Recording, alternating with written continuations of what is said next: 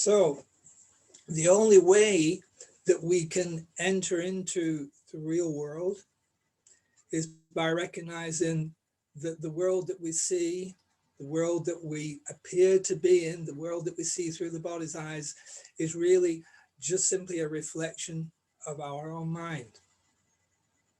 And it's only when we actually realize and take ownership that we accept the responsibility that brings us to, and then allows us to take control, that we begin to see that everything, that the world is a subjective reality. That all we've ever been doing is reacting to our own projections, what it is that we didn't want and we threw out.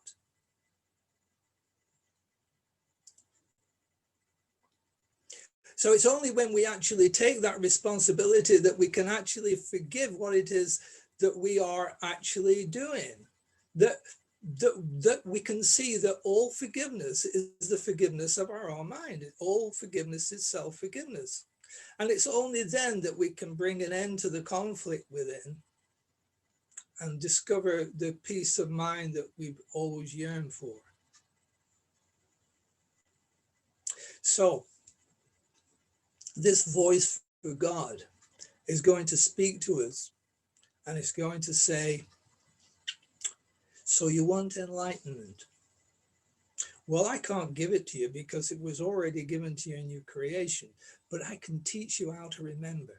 I can teach you how to bring it back into consciousness. And this is what to do.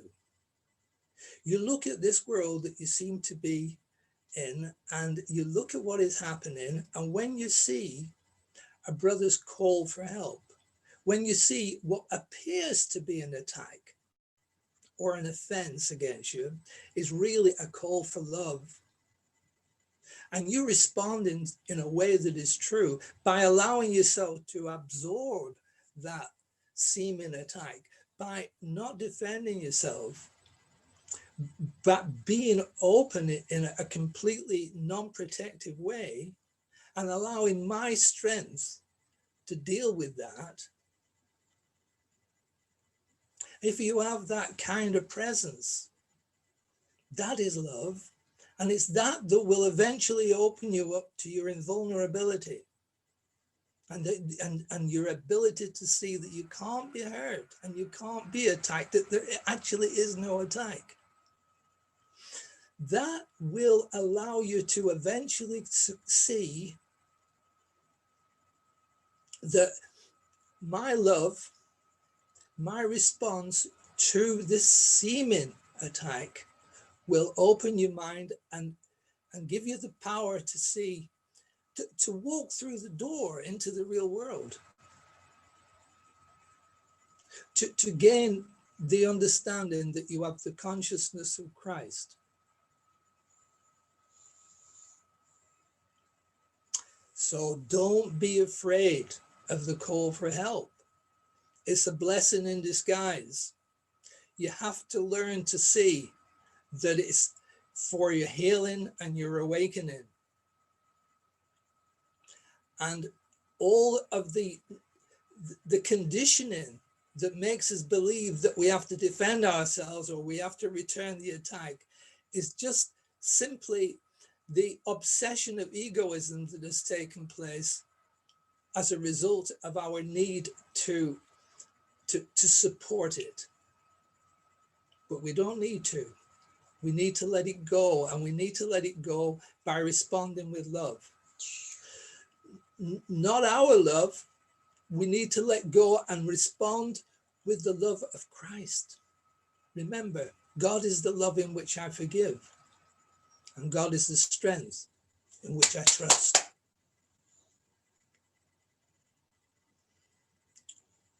So what we have to do is resign as our own teachers. As we progress in this discovery of what it is that we are, the invulnerability that we are, we'll begin to see that all fear is a call for love. All fear is a call for love, and we can respond with love. Not our love, but the love of God, the love of the Holy One, the Holy Spirit, the voice for God who is within us in a constancy, will bring about that strength and that return of love. And all we have to do is nothing. All we have to do is be still and allow what it is to take place without defense.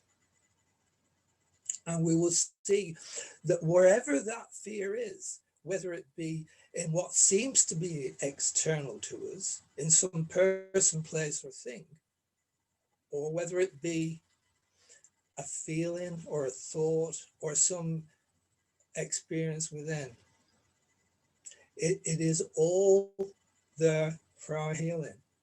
And it's all there to turn the negative into the positive, to allow us to awaken to the reality that is all around us, to allow us to walk through that door into the real world, where fear is no longer there. There's no fear there that allows us to see what really is. And what really is the love of God in all things. The first step is to recognize that this world is our own mind. And then we begin to see it the way it really is. And we begin to see that there's no evil. Nothing's wrong. All the appearances of evil and all the suggestions that there's something wrong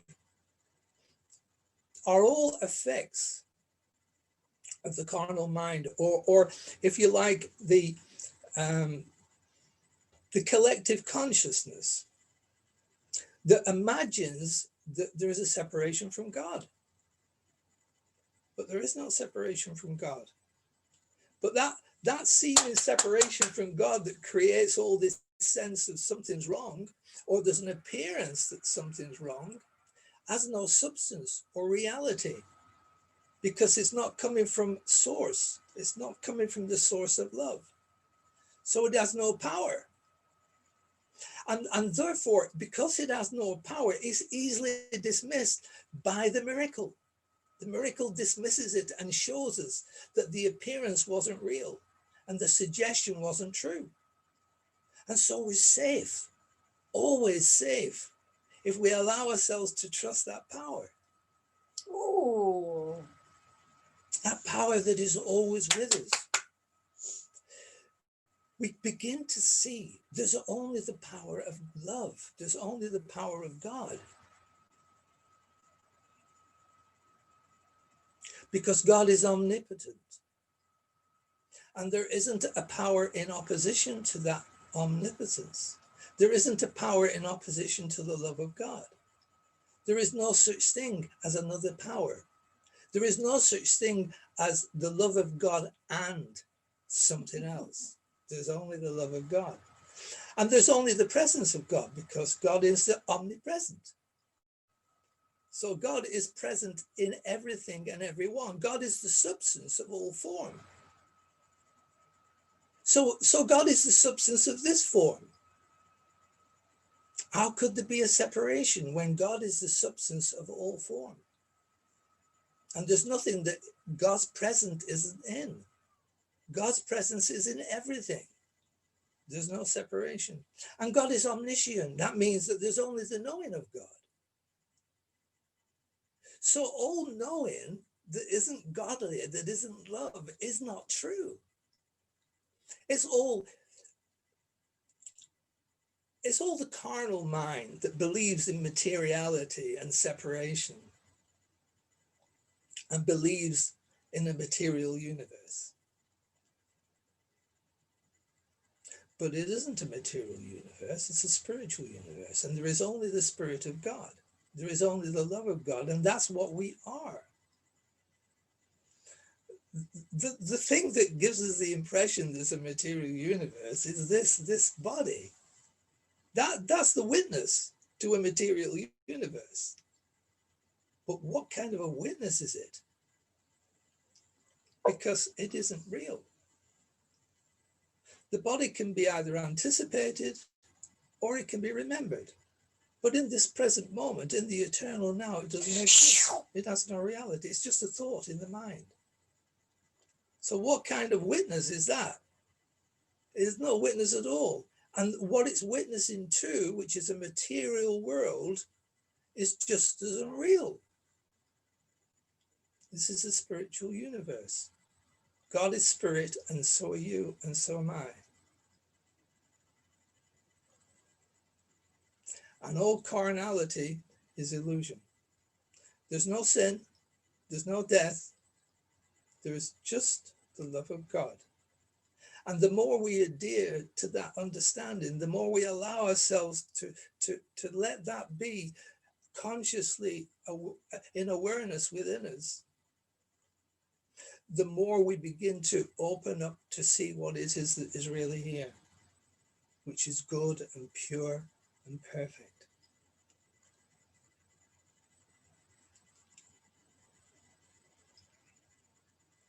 So this voice for God is a constancy within us. It's part of our mind. No point in thinking it's something else that we call upon or attempt to communicate with. It's in full communication with us in a constancy. And we form a relationship with this voice for God in our need to respond to each call for help, each call for love. And in that relationship, we become devoted. And that devotion is what sets us free. That devotion to the Holy Spirit will allow us to see past our own fear and guilt and darkness. He's promised he will guide us. He won't desert us at the outer edge of the ring of fear, but he will take us through. He will guide us through. He will take us past the guilt, past the darkness, past all the pain and suffering that we've imposed upon ourselves through a misunderstanding. And he will teach us and show us and demonstrate to us through the miracle that there's nothing to be afraid of. There's nothing to feel guilty about. There's no loss and there's no lack. And there's only the light that we really are. And it's that light that sees the darkness and the pain and the suffering and the like. The darkness can't see the darkness, but the light can. And it demonstrates to us that we are that light. And that light is perpetual within us. And as we begin to see that and we begin to see what is really here, we learn the vision to see what is true. And we look past all appearances. Then the Holy Spirit enlightens us, brings us to our glory in God. And so we say thank you. Thank you, Holy One. Your love is ever with us. And all that you have is mine.